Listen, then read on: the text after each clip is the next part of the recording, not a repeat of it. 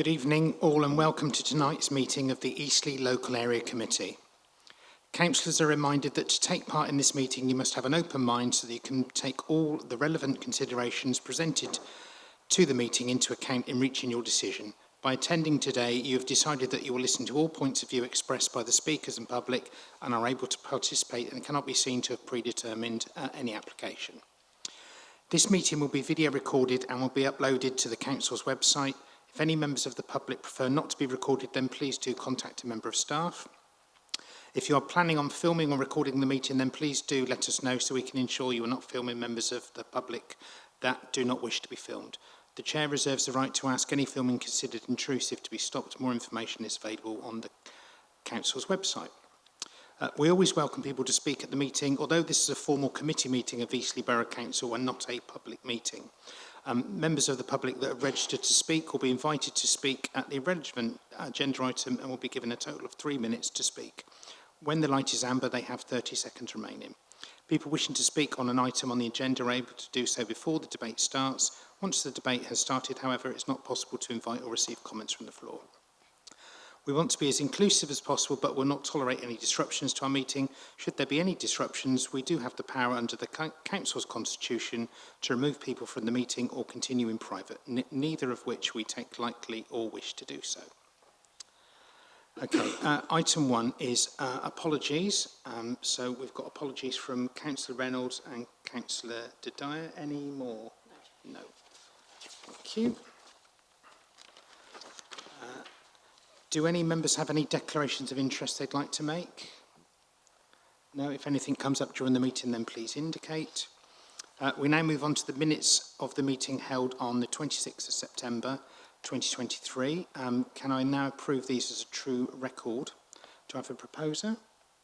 Councillor Park and a seconder. Cllr Irish.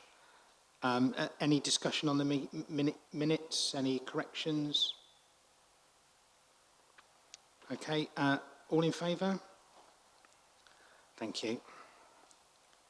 Okay, we now move on to public participation.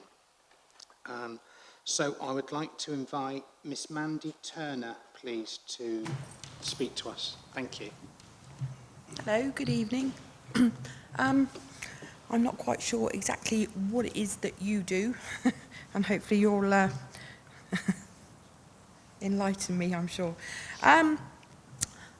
Just as a very, very short background to why I wish to speak, we tried to purchase a small piece of land adjacent to our house. We went through the process of applying for it. It was declined through to appeal, and we have now today received notice that that has been declined at a level 2 appeal. However, my reason for wanting to bring this to your attention, and again I don't know if you are the right committee or not, is the lack of opportunity for people like ourselves who are engaging with the council to actually meet and interact on a person-to-person basis. We have been completely told that people can't meet us or they won't meet us or whatever, which is quite sad really. And in some ways, some of the high-handed way that we've been passed the decisions, we don't know what the process is. We don't necessarily know how those decisions have arisen, whether or not we like it or don't like the outcome. And finally, if anybody could tell me how, as a resident, we are able to participate or put our points of view forward into the local plan when it comes up for review. Thank you. Yep, so the local area plan is up for review at the moment. So if you go to the council's website, there is a portal where you can go in and you can put your points forward on there. Okay, thank you. I'm sorry for your experience of dealing with the council. I would suggest in this instance, it's always good to approach one of your local councillors who can then talk you through the process and give you advice. And help you connect with the right people in the council. That would be my best advice to you. Okay, so would that be a local borough councillor? Yes. As opposed to a parish councillor? Yes, absolutely. Okay, thank you very much. Thanks for speaking to us. Thank you. Thanks. And now I'd like to invite Mr. David Betts. Thank you.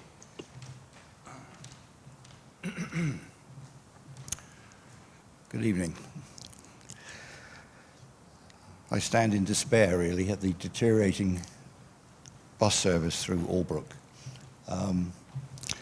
Stagecoach now have revised their E1 and E2 Winchester service and changed it to a number 61, which for some people is okay, but unfortunately it's completely eliminated Pitmore Road from any form of bus service whatsoever.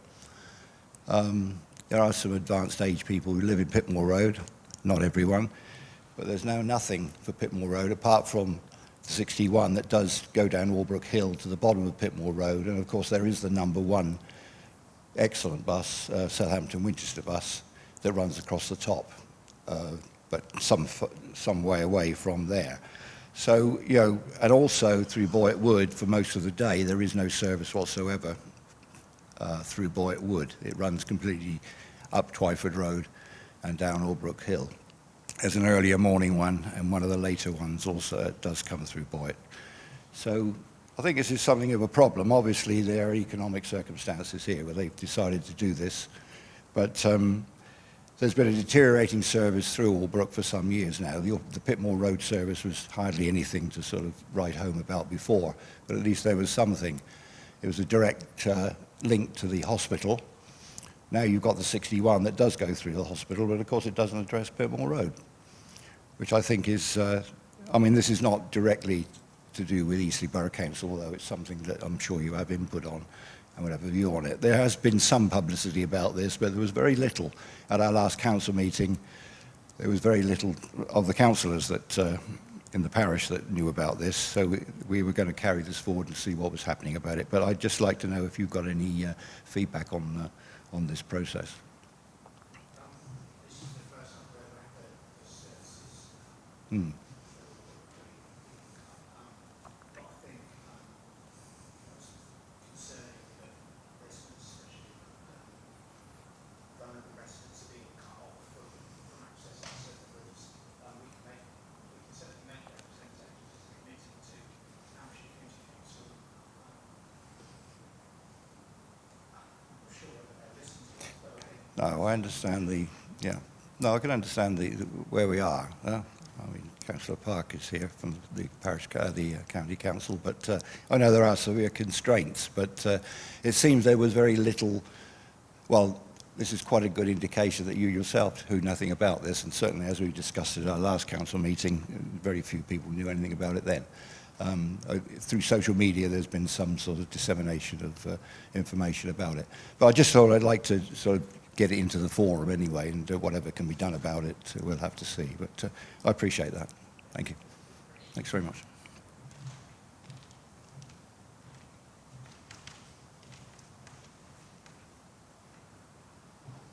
okay, move on to the Chair's report. It's a short one today. I'd like to send out a huge thank you to the AWCA for the community meal, which happened during half term on the 27th of October. A delicious curry was provided, and they managed to feed over 500 people before the heavens opened and the rain came down literally through the gazebo. But it was a wonderful, wonderful time, and so many happy residents. So thank you to them. I'd also like to say thank you to Vice Chair Cllr Park, who represented ELAC at the Remembrance events this past Saturday and Sunday. I've seen there's been a fantastic turnout to pay remembrance to all those that served. I was also pleased to see this week that Eastleigh Bid voted overwhelmingly in favour of continuing, and I look forward to working with them, and the committee does, to promote Eastleigh and hosting some fantastic events over the next few years. And then some good news on the Bishopstoke Recreation Car Park. The resurfacing and lining has now been complete to create 7 new spaces, and a new fast EV charging point is currently being installed. This is a 75 kilowatt dual charger, which hopefully will be ready in the new year. We're also having a fast charger put in at Lakeside, and there's another ultra rapid charger going in at Places Leisure. So it's good that the the network of EV chargers in Eastleigh is being bolstered, and all bodes well for the future. Okay, item 6 is presentation on planning guidelines, and I believe that's Summer. Thank you. Thank you, Chair. Good evening, members. I'm going to do a brief presentation on the planning guidelines and how you will be expected to determine the planning application that follows this. So, planning applications must be considered on planning grounds, unless otherwise material considerations indicate. The development plan comprises the Eastleigh Borough Local Plan and the Hampshire Minerals and Waste Plan. However, the Hampshire Minerals and Waste Plan is not applicable to this evening's application. Relevant considerations also comprise the Council's SPDs, their supplementary planning documents, the National Planning Policy Framework, which was recently updated in 2023. The NPPF sets out the presumption in favour of development, and it also sets out 3 threads of sustainability, which will be considered later in the application. Other material considerations comprise planning history, appeal decisions, site-specific policies, and other matters laid out above. The non-planning issues relate to moral and racial religious views, devaluation of properties, loss of private view, and other matters set out on the screen. Thank you very much. Thank you, Summer. So we now go on to item 7, which is a planning application for 233 Twyford Road. I'd like to ask Dorothy, please, to present the report. Thank you. Thank you, Chair. Good evening, everyone. Agenda 7 is a householder planning application for 233 Twyford Road, and the reason of sending to tonight's committee is because the immediate neighbour at number 231 is one of the EBC staff working in the planning department. So as a matter of transparency and impartiality, we have decided to send this application to the committee for review and decision. To provide some context to the proposal, we have got some plans on screen. And so this is the application site. You can see here outlined in red, and it faces onto a BC highway, Twyford Road. And the application property is a 2-story, 3-bedroom semi-detached dwelling featuring a cornered angle front bay window. And there is a side gate to provide access to the rear garden. And you can see there is no front boundary. The application seeks planning approval for the construction of a 2-story rear extension and the installation of 2 roof lights, and it is to enlarge the ground floor dining room and the existing first floor bedroom. Moving on to the dimensions, it will extend 3.7 meters from the rear wall of the property and measures 4.3 meters in width. In terms of the height, it will align with the full height of the host property, standing at approximately 7 meters. And it will incorporate a gable roof design to facilitate the placement of the 2 roof lights. In relation to the visual impact of the proposal, the 2-story extension will be situated at the rear of the property and will not project beyond the side elevation, so it will not be visible from the front elevation. And you can see from the elevation plans, it is evident that no alterations to the appearance of the property, so therefore there are no impact on the street scenes. While the extension will share the same height as the host property, its dimensions have been kept modest, which ensure that the extension will not dominate the existing building. Also, the use of matching roof form and materials as the existing building serve to mitigate any potential visual impacts. And the proposed 2 rear extension will be situated in here, and it will not extend up to the shared boundary with the semi-detached neighbour at number 235, and the existing conservatory will remain in place as well. So this configuration will maintain a sufficient distance between the structures and mitigating any adverse impact on residential amenities. The primary neighbouring property affected by the proposal will be number 231. But we can see that there is a sufficient distance of approximately 5 meters between the proposed extension and this neighbour. Also, you can see from the screen that the application property is already in a setback position relative to number 231. And plus the neighbours currently features a single-story rear extension. So after adding the proposed extension with a depth of 3.7 meters, and it will only project approximately 1.2 meters from the rear wall of this neighbour. And this level of projection is considered acceptable and is not expected to result any harmful impacts. Considering the north-tin orientation of the application property in relation to number 231, the obstruction of sunlight should be minimal as well. Lastly, there are no side-facing windows proposed in the extension, and only the 2 roof lights, but given their natures and the elevation, they are not expected to give rise to overlooking or privacy concerns for any adjacent neighbours. So this is my brief assessment, which I have discussed throughout the presentation.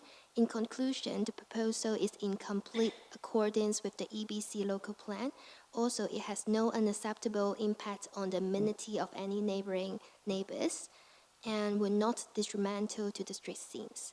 So the recommendation is to permit subject to the condition as set out in the agenda. Thank you very much for listening. I have nothing further to add unless you have any questions. Any questions, councillors? I've got one. So last time I checked, there'd been no objections. Is that still how it stands? No objections? Yes, no objections for any neighbours and internal consultees. Thank you. Okay, can I have a proposer? Cllr Park and a seconder. Cllr Irish. Is there any debate?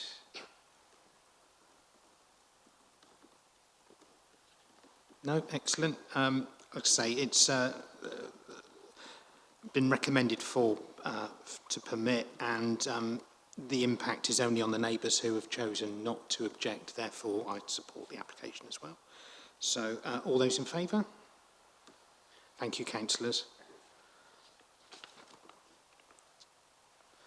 Okie doke. We'll move on to item 8, which is the financial management report. Can I ask Guy, please, to introduce the report?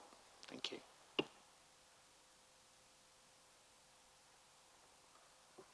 Thank you, Chair. As usual, the report is before you, and I'm happy to take questions unless you'd like me to go through in more detail.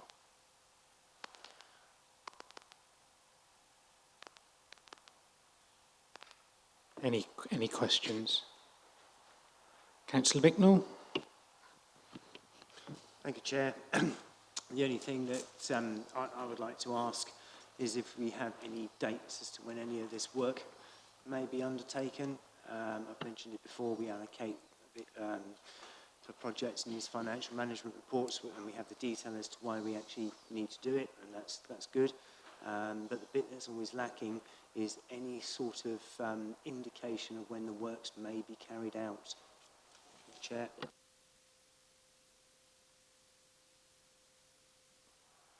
Thank you, Chair. The roller shutter we hope to install within the next 2 to 3 months. So that's a fairly imminent one because we've got an ongoing issue there with antisocial behaviour. So that's underway.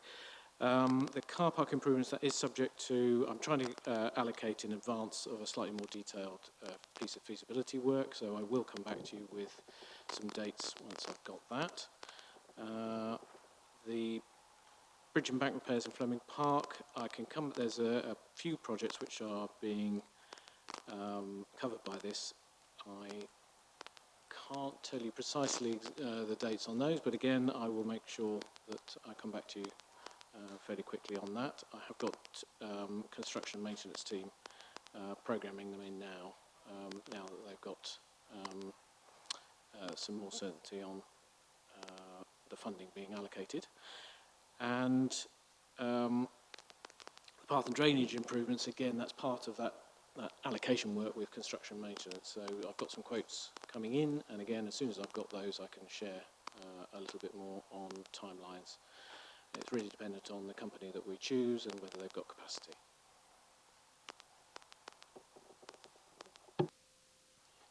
Thanks, Chair. Thank you, Guy, for that.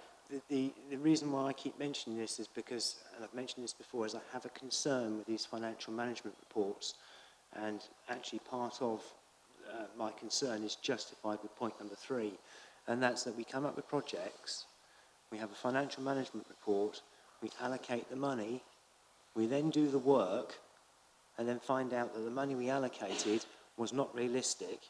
That is not necessarily officers' fault. That is the climate that building and anything like this is working in due to inflationary pressures on cost of materials. And then we end up finding out that we have to then reallocate more money to do the project that we originally thought would be done for however much. And it does not help financial planning, and it doesn't help where it comes to sort of being realistic on what the actual quotes are in the first place. So that's the reason why I keep mentioning these. I know it's a very difficult situation. I work on enough projects and that, but yeah, that's the reason why I keep mentioning it. Thank you, Chair.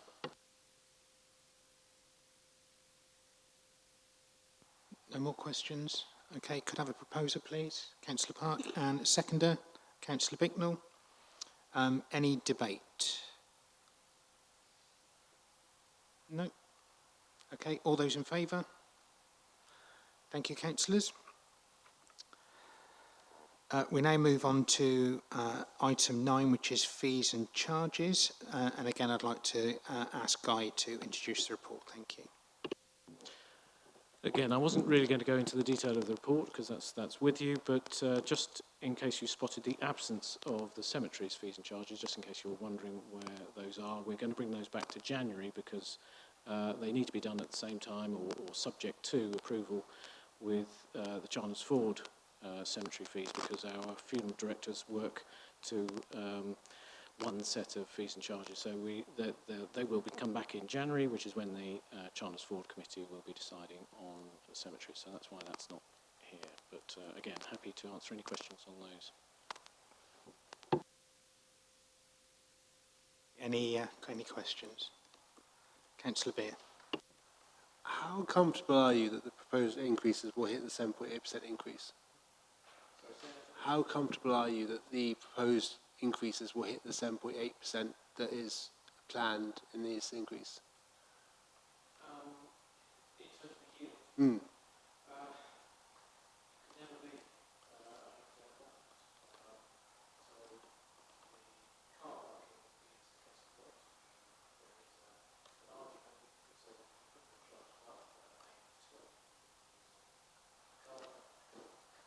Sorry, to dissuade people from using those car parks, but that's a judgment call, and we can revise those prices back should we need to mid-year. We're not committed to keeping them from the year, so there is we will review and keep them under review. We've got a car parking strategy as well, which is being prepared at the moment, and again that will be looking into our trends and seeing what evidence we've got to support any concerns about not hitting that yield. I'm probably coming at this at the opposite angle you're coming at it from, because I think the increase is actually quite minor compared to a lot of the charging increases that I felt over the last year or two, and I was actually wondering whether it would be worth going faster than January. That was kind of where my head was on it. I think that may be going ahead. Yeah, you can.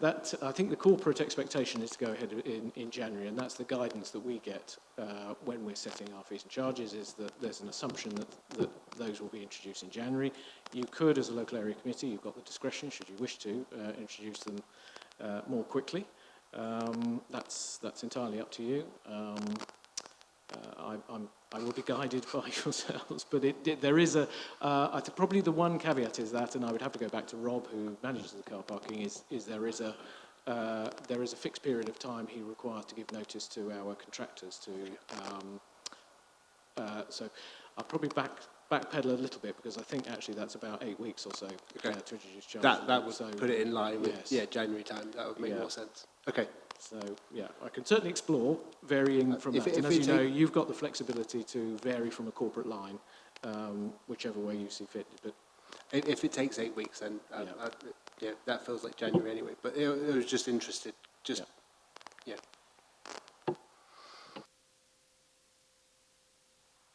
Any more questions? No? Okay, could I have a proposer? Cllr Park, and a seconder, Cllr Irish. Any debate? Cllr Bicknell. All I'm going to say, isn't it a shame that Eastleigh News aren't here to be able to report accurately the fact that this is the first rise in car parks in Eastleigh since, 2019, I think, yeah. The fact that we're not increasing the times that we charge residents, unlike our neighbouring authority closer to the water that's making their car parking charges longer and increasing their parking charges by potentially up to 66%. And that, as I say, it's a shame that Eastleigh News isn't here to be able to report that. Well, yeah, they might pick it up on the recording, yes, that is very true. And, of course, some other insinuations that are made.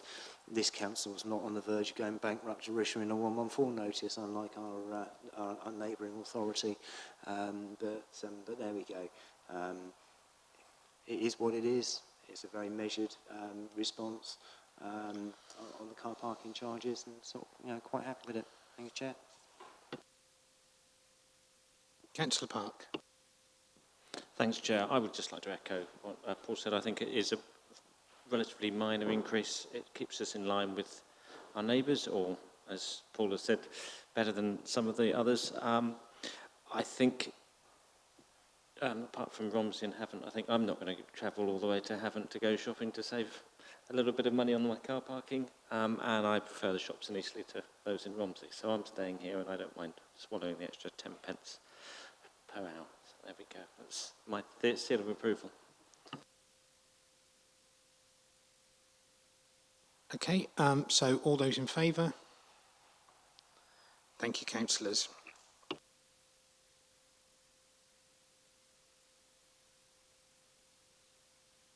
Thank you all for attending today, and draw the meeting to a close. Thank you.